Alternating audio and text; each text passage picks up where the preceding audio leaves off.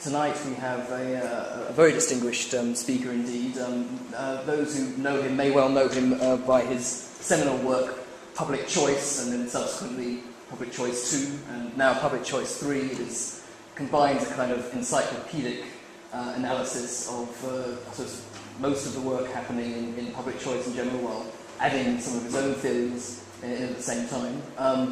This evening, Dennis Mueller will be, providing a public choice analysis of an area which is not often applied. I suppose it's often considered as an economic matter, but it relates to his new book, Reason, Religion and Democracy. And he's going to discuss the tension between religious preferences and constitutional rights and individual liberties. So with that, I'll introduce you to Dennis Mueller, Professor of Economics at the University of Vienna.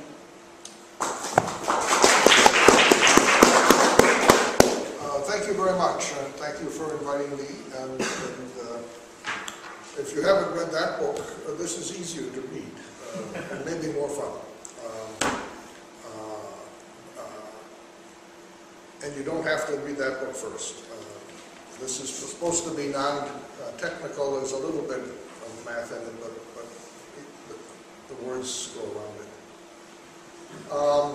As I mentioned at dinner, the original title of this book was Reason, Religion, and Liberal Democracy. And the editor of the Cambridge University Press persuaded me to drop the word liberal because it would deter potential buyers from buying my book, which in a way is a sad statement of where we are in the Western world today, where certainly on the continent, neoliberalism is almost a pejorative statement. I don't know if you got rid of the nail, maybe it's even worse. I don't know if being new makes it worse or better than the original liberalism. But other than the title page, the book's about liberal democracy. And that means two sets of institutions. The democratic part means a set of institutions for aggregating individual preferences and producing outputs from the state. And so ideally, if the state is functioning well, or the democracy is functioning well, there's going to be a relationship between what citizens want and what they get through the voting process and whatnot. And what they get should make them better off. And so there's a kind of normative side to it, which means if citizens make bad choices, and a lot of this book is about bad choices, then in fact democracy may not deliver the goods in the sense of advancing individual welfare. The liberalism, so this is what the state should be doing, the democratic state, that's the democracy side. The liberalism side is saying that we have a certain set of boundaries which protect individuals from the state, which rope off a terrain where individuals are free to do what they want. Now, ancient Greece, it was the polity itself that did this, in the way the polity functioned. Today, we think of this in terms of rights, and a constitution, let us say, or implicit rights, as perhaps more so in the UK, which are the formal institutions that protect individuals' freedoms. And so barely sneaking onto the bottom of this picture is the question, why do we have rights in the Constitution? And today this seems almost a silly question. But economists and public choice people, we make a living by asking silly questions, coming up with silly answers. It seems silly today because no country would sit down and write a constitution today without a long list of rights attached to it.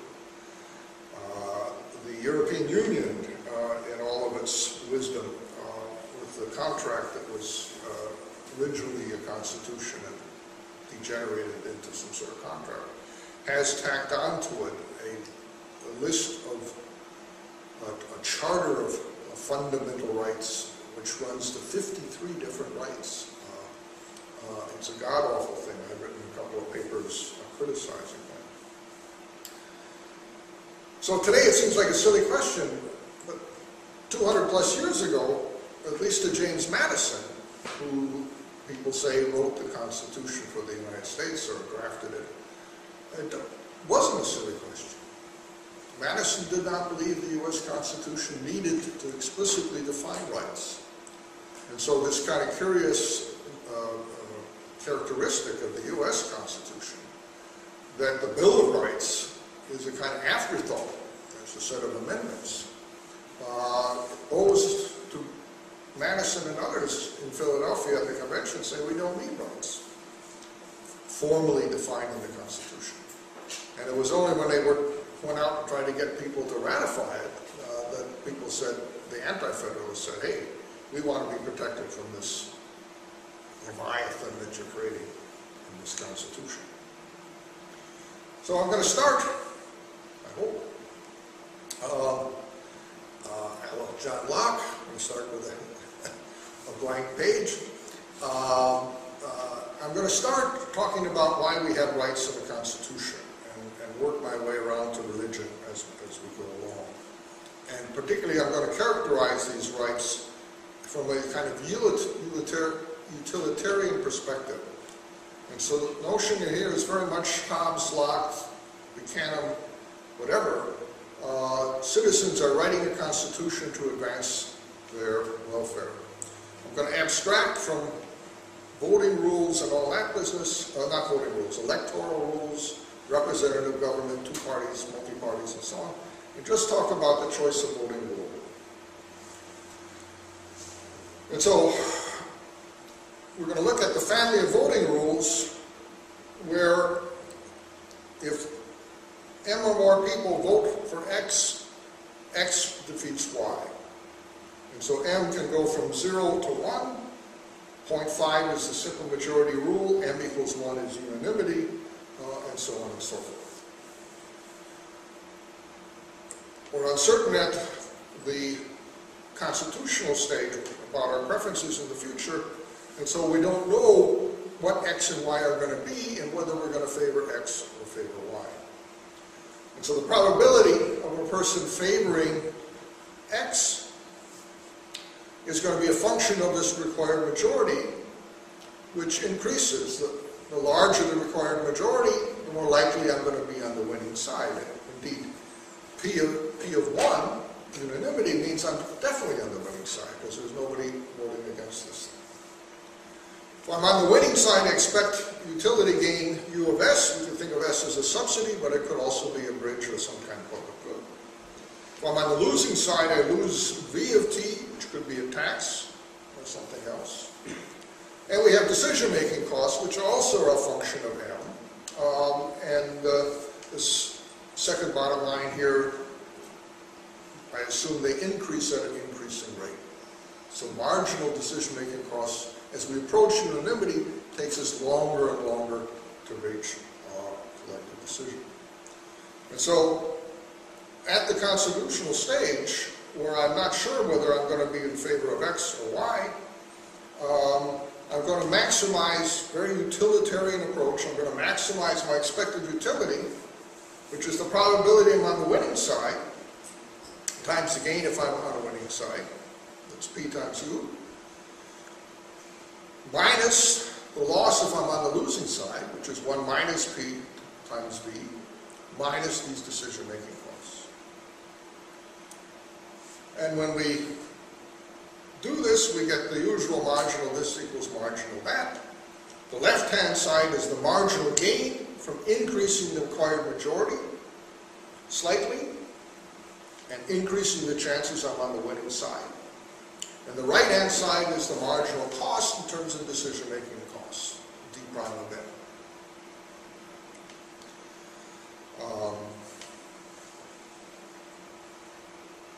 And so the left-hand side, depending on these U and S, The left-hand side are going to be these marginal gains from increasing the required majority. And I have a variety of them put here. And then the marginal cost is this d prime curve, which I have starting at 0.5, because if we go below 0.5 as a required majority, then we have the awkward situation that we can pass mutually inconsistent issues. If we had a 40% required majority, we could vote to increase education expenditures by 3%, and it would get, let's say, 43% of the vote. We vote to decrease education expenditures, it gets 44% of the vote. So we voted correctly both to increase and to decrease education expenditures. This we can't do. So 0.5 is the smallest required majority that avoids this awkwardness of mutually inconsistent issues passing. Now, with a little mathematics, it's easy to show, which I don't do, that if we make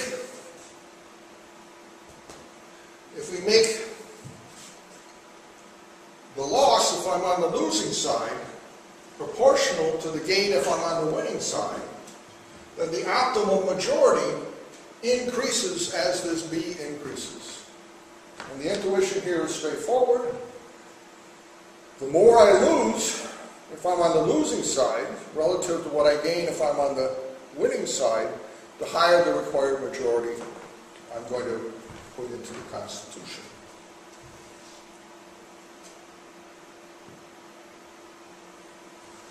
And so as we move to the right,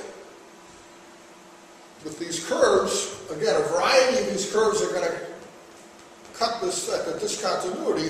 So for many decisions, simple majority rule will be optimal. But if the loss, if I'm on the losing side, is large enough relative to the gain if I'm on the winning side, we're going to have a required majority to the right of 0.5, let's say 3/4 here.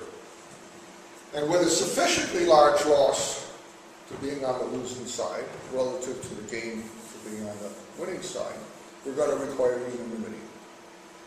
And that's the far curve to the right.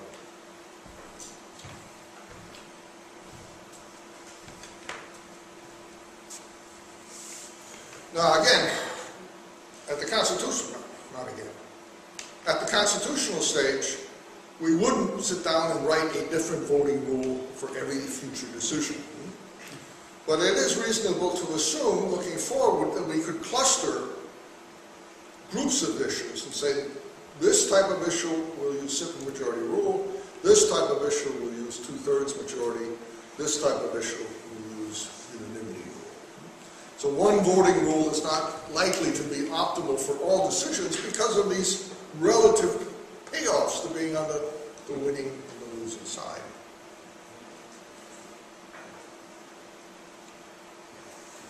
What's the right? I define a right as an individual's inviolable freedom to undertake a particular action or to refrain from such an action without interference or coercion from other individuals or institutions, including the state.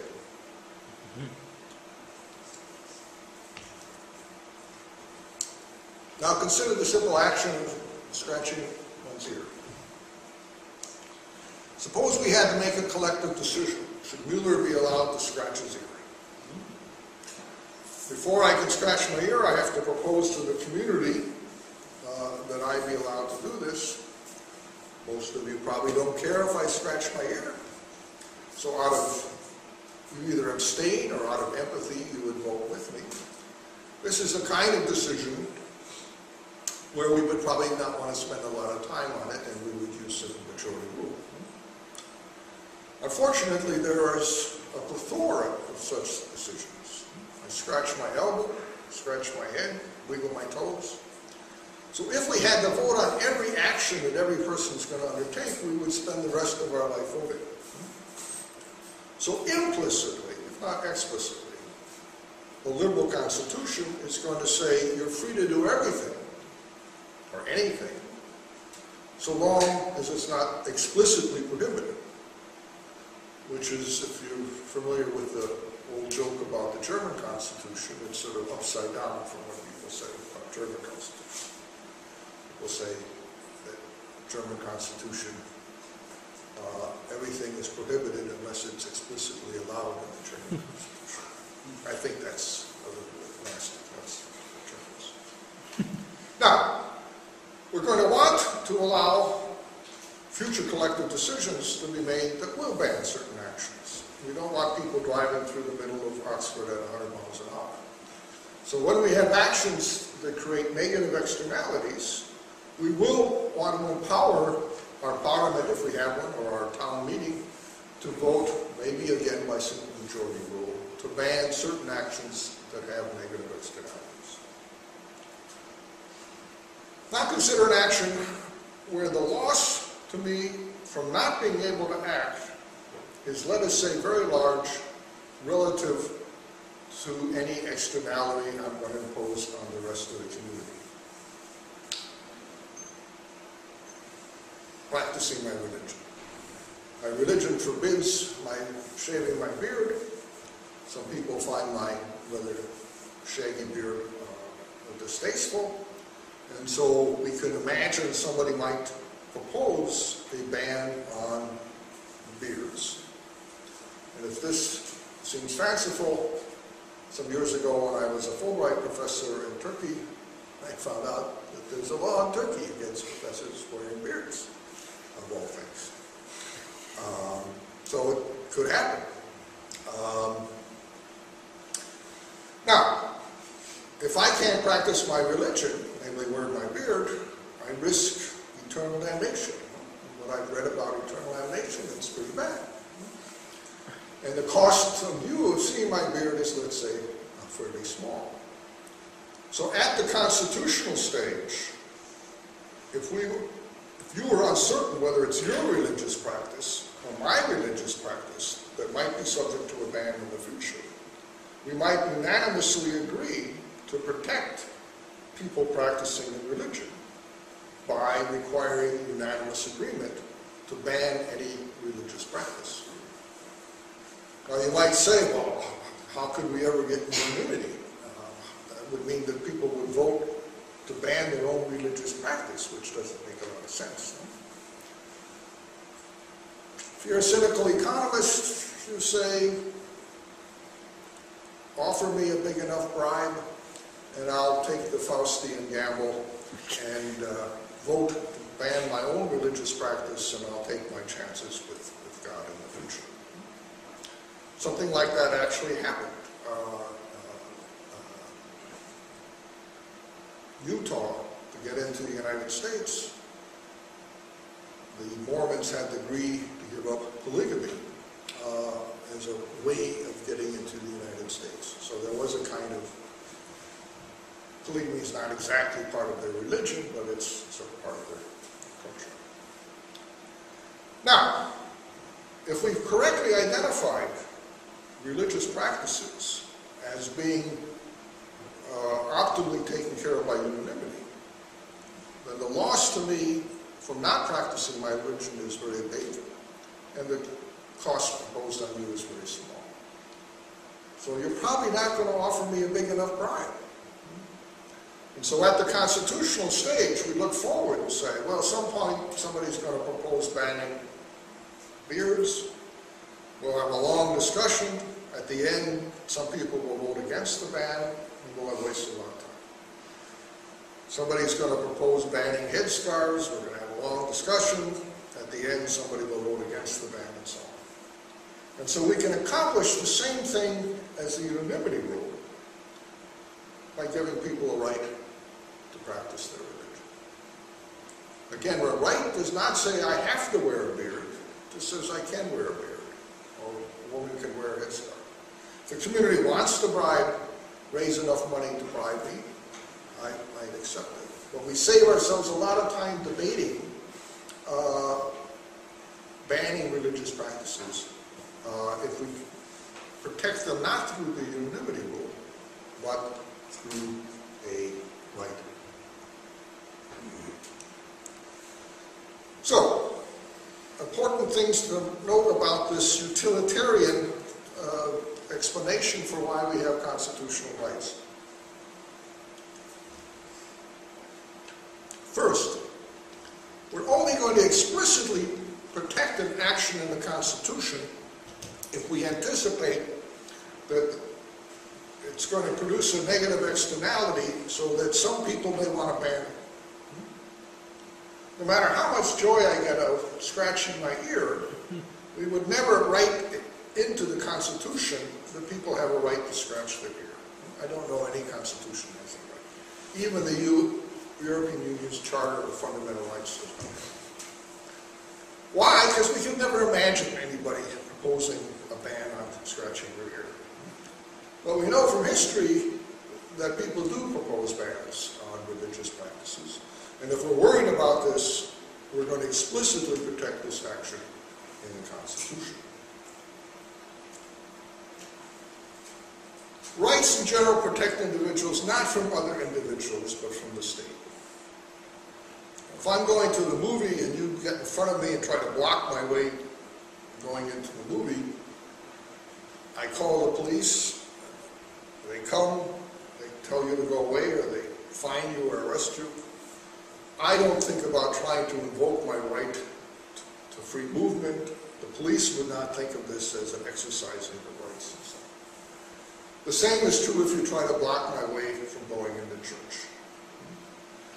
Well, I wouldn't say, I have a fundamental right to practice my religion. And so, protecting ourselves against other individuals, we don't usually call out the judicial troops in the sense of rights. We have other kinds of laws that cover this. So rights are really to protect us from the state, from our neighbors voting to prevent us from going to church or practicing. Second of all, rights are fundamentally inconsistent with normal majoritarian democracy. Most people, when they think of democracy, think of majoritarian democracy. Majority rules. With rights, the reason we define rights is to take an action away from the majority, to prohibit the majority from banning this action. Because the optimal rule now is unanimity, and not the simple majority rule. And so there's a fundamental clash between the will of the people, as revealed through majority rule, and protecting us in our liberties via rights. And the last point, which differs from many people's notions of rights, particularly if you think about rights as human rights, natural rights, so on and so forth. Constitutional rights, by this theory, are going to be inherently relative. Which is to say, different communities are likely to see different benefits from certain actions, and maybe different costs of those actions. And so one community might choose to protect a particular action, and another community wouldn't.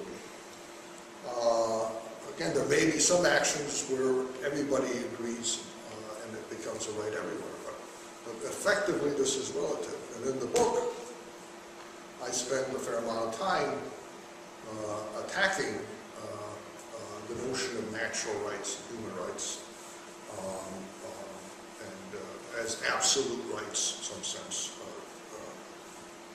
Whether you like my attack on natural rights or not, this notion of constitutional rights is makes them inherently relative, and I'll come back to this in a minute. Not surprisingly, perhaps, this theory is surprising to me a little bit because I just came across these things in Mill after I had developed this notion. But Mill, being the classic person both on liberalism and on utilitarianism, it's not surprising, perhaps, that he's essentially got the same theory. When we call anything a person's right, we mean that he has a valid claim on society to protect him in the possession of it, either by the force of law or by education and opinion. To have a right, then, is, I conceive, to have something which society ought to defend me in the possession of. If the objector goes on to ask why it ought, I can give him no other reason than general utility. So this is this expected utility that I have underlying this notion. Again, if you're not a utilitarian, you're going to probably not be convinced by Mill and me, but the worse for you. A right receives its moral, I don't like to use the word moral as much as Mill, but anyways, its moral justification from the extraordinary, important, and impressive kind of utility which is concerned. So here is this importance of this asymmetry between the externality and my action. Our notion, therefore, of the claim we have our fellow creatures to join in making safe for us the very groundwork of our existence gathers feelings around it so much more intense than those concerned in any of the more common cases of utility that the difference in degree, as is often the case in psychology, becomes a real difference in kind. The claim assumes that character of absoluteness, that apparent infinity and incommensurability with all other considerations, which constitute the distinction between the feeling of right and wrong and that of ordinary expediency, everyday externalities.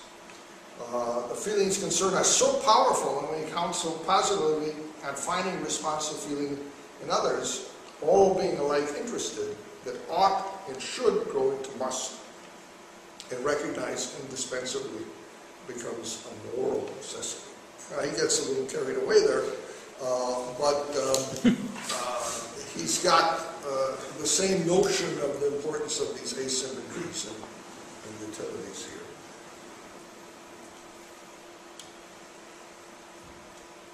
Let's talk about the relative nature of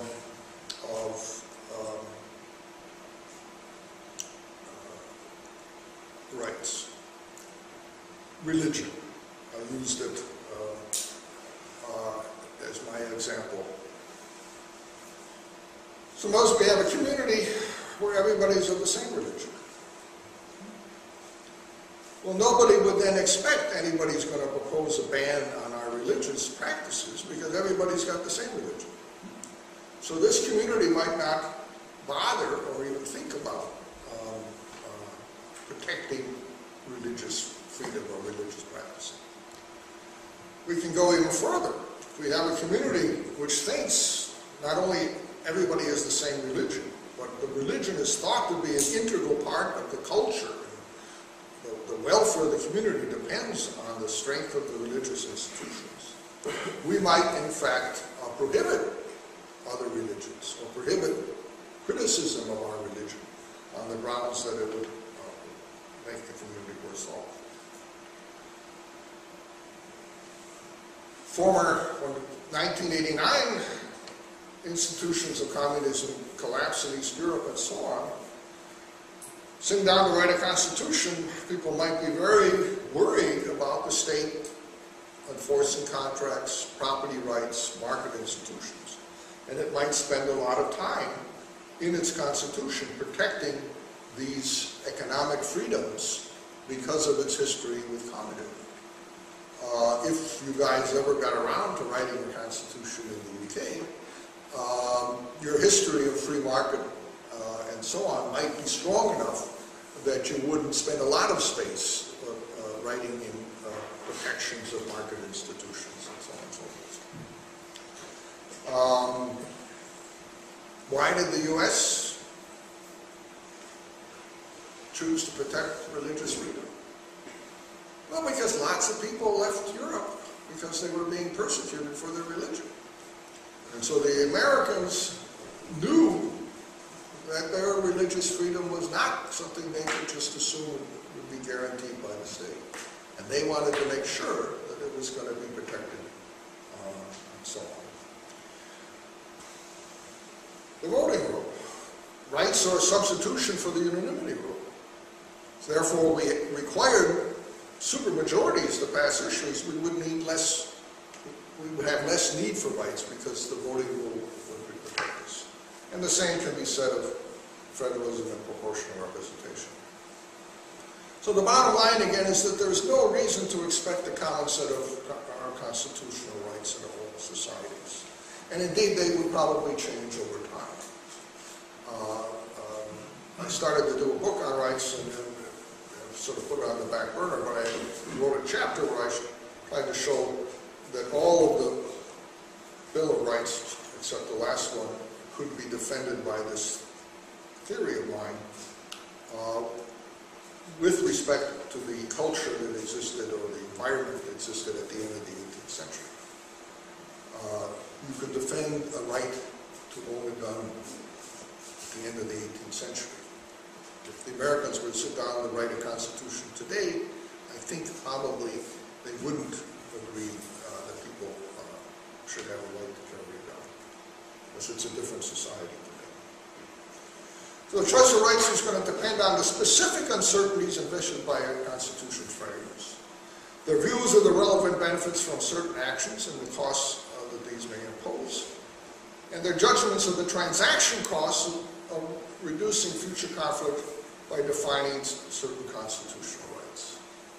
Again, a small enough community, think of Quakers, who tend to make decisions by consensus. Small enough community, you could use the unity. You wouldn't need rights. Every time an issue comes up, you keep talking until you reach an agreement. Bigger communities, that doesn't work.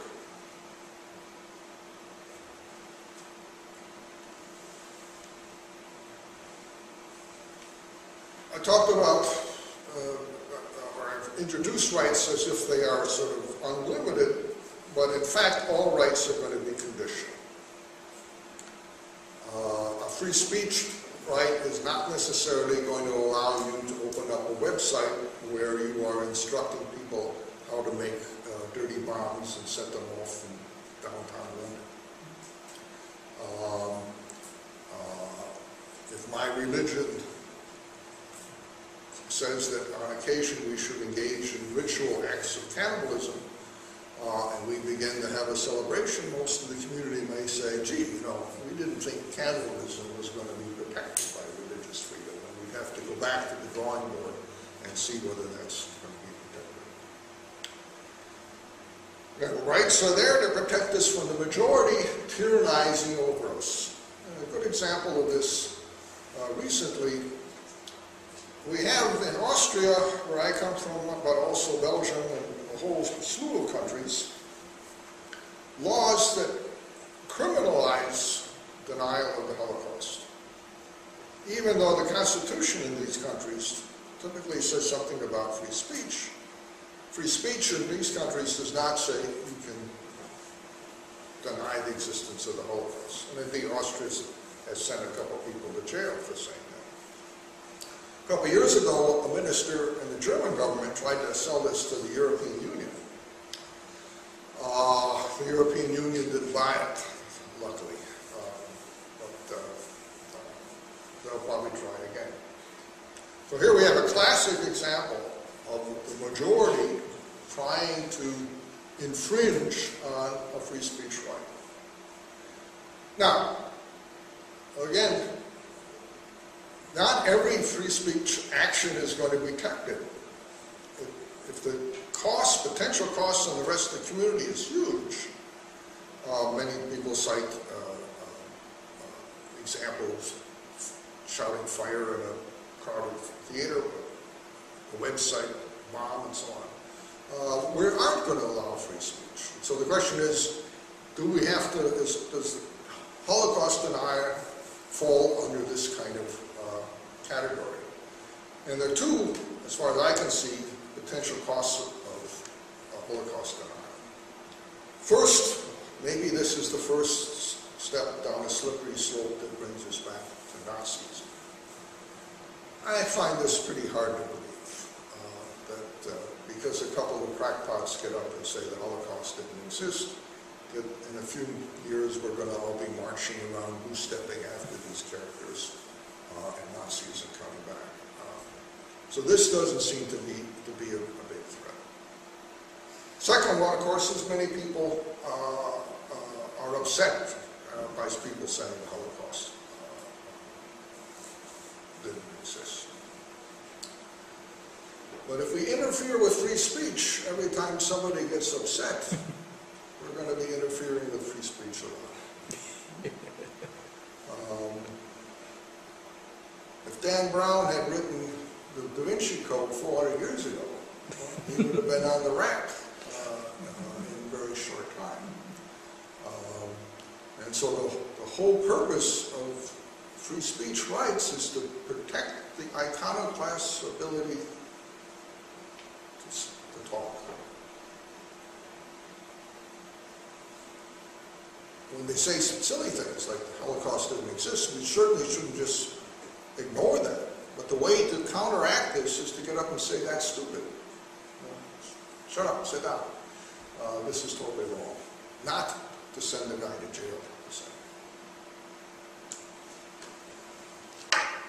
Rights come into existence to protect actions that potentially create externalities. There are two kinds of externalities that I talk about. The ones we usually think about are physical externalities. We have two ranchers, one is upstream, one's downstream. The upstream rancher takes water out of the stream for his cattle, to water his hay fields and so on. There's not enough water left for the downstream rancher. This is a physical externality. We can measure, in some sense, the loss to the second rancher in terms of hay he couldn't raise or cattle he can't raise and so on. Most of the examples in textbooks, smoky factories and all that, even smoky cigarettes are physical externalities. One is we can recognize, everybody can recognize the water's gone and the smoke's in the air. And second of all, we can make some estimate of the damage done. More recently, a second kind of externality has come into vogue, which I call psychological externalities, which is to say people feel bad thinking about something. Thinking about a cow being killed because it's going to become hamburger at a pub or whatever. Thinking about a fetus being removed. Now, the problem with psychological externalities is not that they don't exist. They certainly do. But the problem with them is that they are essentially unbounded. Almost anything I say or do might upset you. And again, this upset, you could get upset and just shrug it off, or you could go into a tremendous rage. And so to the extent now that our politics and infringements on individual liberties are based on these psychological externalities, we have really opened the door to a tremendous infringement on individual liberties. Because there's no limit to where these psychological externalities would end, both in number and in intensity. I don't suppose many people here have children, but someday you will, or you have been children. You can imagine. Imagine a parent who's strapped in a chair and has to watch their small child being tortured. Tremendous psychological cost that this parent is going to be bearing. So psychological costs are real costs. You can't say, forget about that. It's just psychological. But the reason we banned torturing children is not to protect parents. It's to protect the children. And so to give legal status, in some sense, to these psychological costs is, I think, dangerous. Religious toleration came out of the Enlightenment, and as I said with the example with the U.S., the veil of ignorance, the uncertainty whether it's my religion that's going to be potentially prohibited or your religion is very important.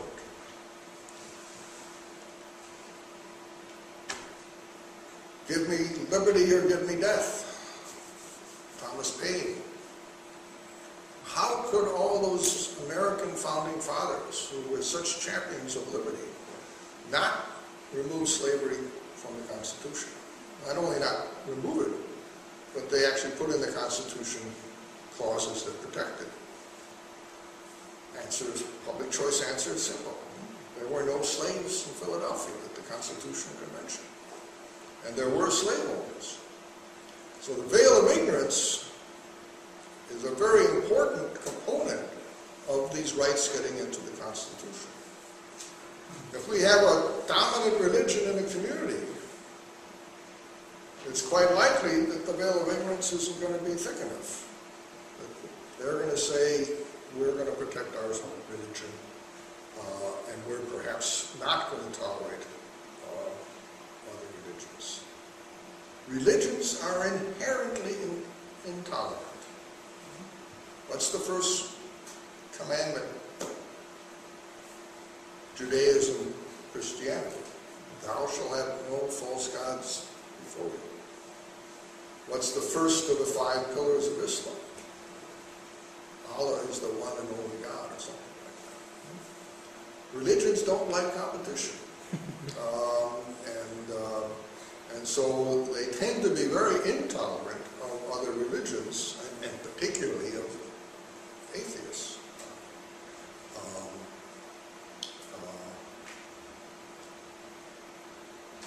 10 Commandments is all about thou shalt nots. Islam's got a lot of thou shalls as well as thou shalt nots. Christianity is just more on the thou shalt not side. So there's fundamental tension between liberalism in the sense of freedom to act and most religions. When a religious group is in the minority, it demands its right to practice its religion, to wear headscarves.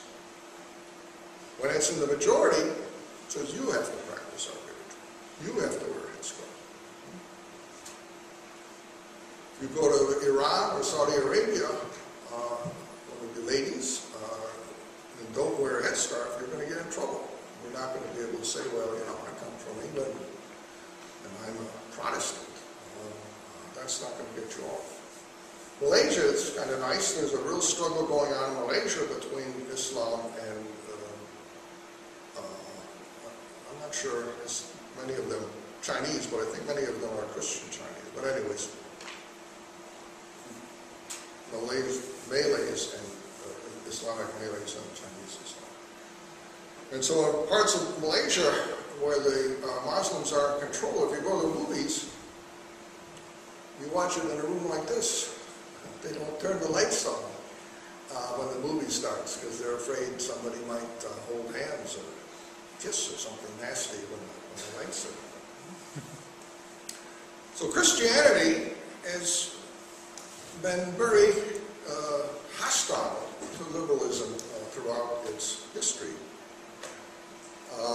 For about 400 years there was something called although it was in Latin, but it was the church's list of forbidden books. The last list came out as late as 1948. It had over 1,000 entries. And I've got the highlights in this book. Lord Acton, Francis Bacon, Balzac, Jeremy Bentham, 4 items. Berkeley, Calvin, Auguste Comte, Condorcet, sketch for historical picture of the progress of the human mind. Darwin, Defoe, Descartes, 7 items. Dumas, Edward Gibbon, History of the Decline and Fall of the Roman Empire. Complete works of Thomas Hobbes. Victor Hugo, complete works of David Hume. Immanuel Kant, Critic of Pure Reason. Locke, 3 items, including an essay concerning human understanding. John Stuart Mill, Principles of Political Economy. Montesquieu, 2 items, including the Spirit of the Laws. Rousseau, Spinoza, Stendhal, 39 items of Voltaire, complete works of Emile Zola. If the Catholic Church had succeeded in preventing from publication everything it banned, one shudders to think of what Western culture would be like. Other items that were on earlier lists, or the people who were on earlier lists, included Adam Smith, of course Galileo. For some curious reason, at least I'm curious, there are no Americans on the list. It's hard to believe that by 1948, no American had written anything that was as sacrilegious as John Stuart Mill's Principles of Economics. I don't know if the church didn't think anyone ever read American authors, or they didn't care whether Americans went to hell or not. But I'm really curious as to why it was only Europeans that the church wanted to protect. So this list, I think, if anything does, suggests this tension between liberalism and religion, which existed historically with respect to Christianity, but still exists today in the United States, in Ireland, in Poland. If a woman wants to get an abortion, it can be very difficult. Ireland, she certainly has to leave the country. Continual battle in the United States over the teaching of evolutionary theory in schools. For a while, use of birth control devices was banned. So that the struggle between religion and liberalism, although it seems to be pretty, at least in terms of Christianity, a pretty much spent force in Europe, is alive and well in parts of Europe, like Ireland and Poland, and certainly the United States, and increasingly in Latin America. There's an article in just one of the most recent economists about Mexico, where you have the city of Mexico is sort of going in one direction, legalizing prostitution, abortion, you name it, same-sex marriages.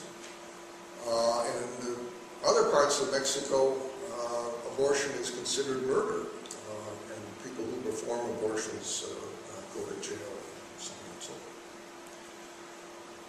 Theo van Gogh made this movie critical of Islam's treatment of women, and for his efforts was killed by a Muslim extremist, let's say. Who would have the courage to make another movie in continental Europe critical of Muslim treatment of women after Theo van Gogh? It'd have to be pretty brave. The woman, a Muslim woman, whose book was the inspiration for the movie, had to get a bodyguard and now lives in Washington, D.C. To avoid being a target for extremists. The whole business about the Danish cartoons, again, a challenge to free speech by religion. There's a quote from the editor of the newspaper that published the cartoons. We live in a democracy. That's why we can use all the journalistic methods we want to. Satire is accepted in this country, and you can make caricatures. Here's a response from Rahid Hilgel, a Danish woman. So this is someone in Denmark, not outside Denmark. He responds this way. This type of democracy is worthless for Muslims. Muslims will never accept this kind of humiliation. The article has insulted every Muslim in the world. What this fellow doesn't realize is that in Europe, it has taken 400 or 500 years to get to a point where somebody can publish cartoons like that. without going in front of the ramp. As I mentioned before, as late as the 18th century, during the Enlightenment, atheism was a crime punishable by death. So people who wrote atheistic tracts during the Enlightenment had to publish them anonymously, because even at that late date, it was dangerous. Grayson Perry is a British pottery maker, artist, has done things which mock Christianity and Judaism, Western religions. I've never seen any of his work, but from what I read, anybody know his work? It sounds disgusting.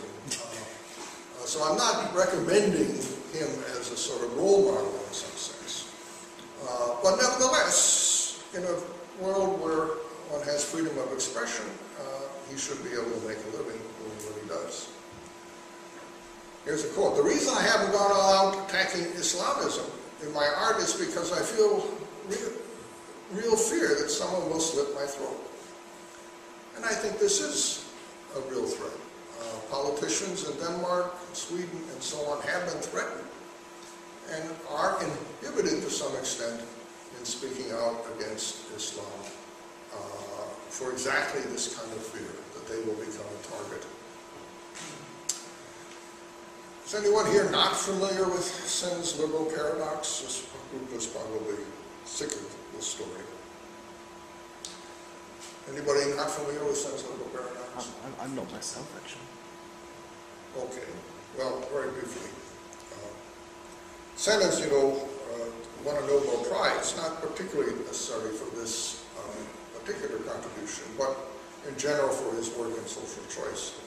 And he put forward a kind of provocative short article, just 4 pages, 40 years ago, where he claimed to have, not claimed, he proved a theorem which said that liberalism, as he defined it, was inconsistent with Pareto optimality.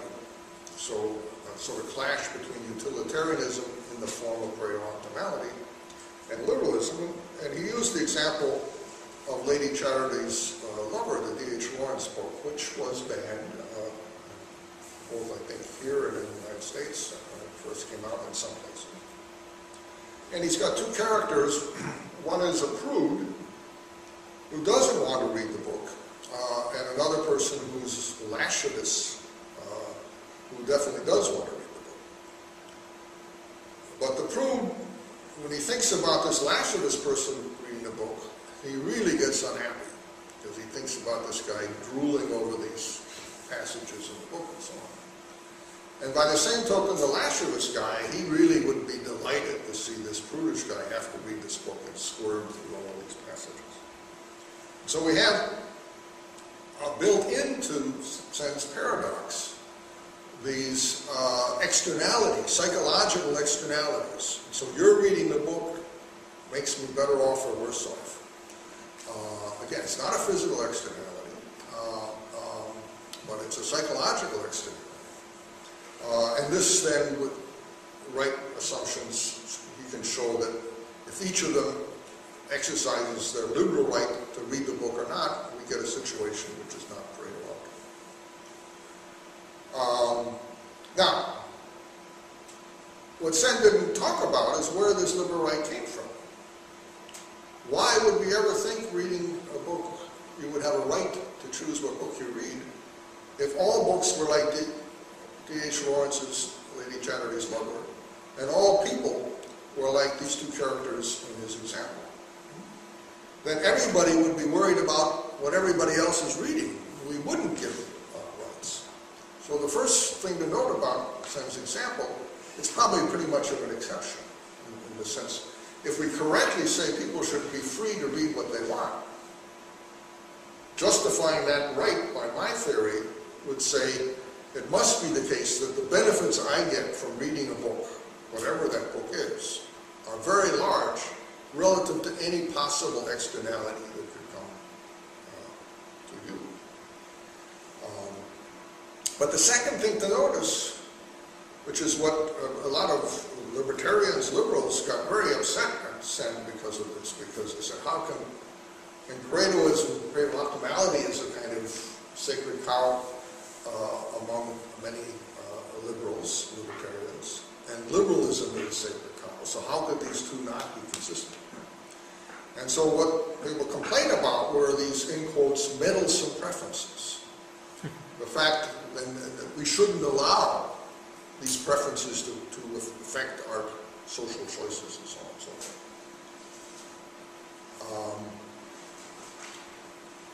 But this gets us back to religion. Religions are inherently meddlesome. I'm worried about what you're doing in bed and who you're in bed with. I'm worried about what you're eating, and so on and so forth. And so religion, not all religions, and not all people. It's a sort of the archetype Buddhist monk spends his day meditating. He doesn't care about society, and society doesn't care about him. So he's not meddlesome. He's just trying to get into nirvana by meditating. But Islam, Christianity, and so on tend to be meddlesome. And so this again strikes this sort of fundamental tension between religion and liberalism, which 30 years ago I would never have thought of writing this book, because it didn't look like these were issues that we had resolved a long time ago. Today, I'm not so sure. I think liberalism is threatened in the United States by the increasing importance, political importance of fundamentalist Christianity. Christianity has not actually grown more important in the United States in recent years in the sense that more people go to church than 25 years ago. The numbers are about the same. Way above Austria and Spain, and I think even here. But those numbers aren't growing. What's growing is the influence of the people who go to church on particularly the Republican Party and politics in the United States. And so this is a truism, and again, you're almost embarrassed to say it, but it's very important. A liberal society needs liberal people. If we have a society of meddlesome busybodies, we're not going to have a liberal society. The more tolerance we have, and again, this goes back to these psychological externalities. I'm a Muslim person, I pick up the newspaper, I see these cartoons making fun of Muhammad. One reaction is, oh, how bad taste that is. Look at these people, what they did now. And I throw the paper down and I go have a cup of coffee and forget about it. Another possibility is I run out, first nun I see walking down the street, I slit her throat because I think of her as a symbol of this society. And so, again, part of the story is how meddlesome are people? How do they react to these expressions of liberalism and so on? And the danger, again, I think, is that too many people are overly meddlesome, if you will, and that is a threat to liberalism. I'll stop.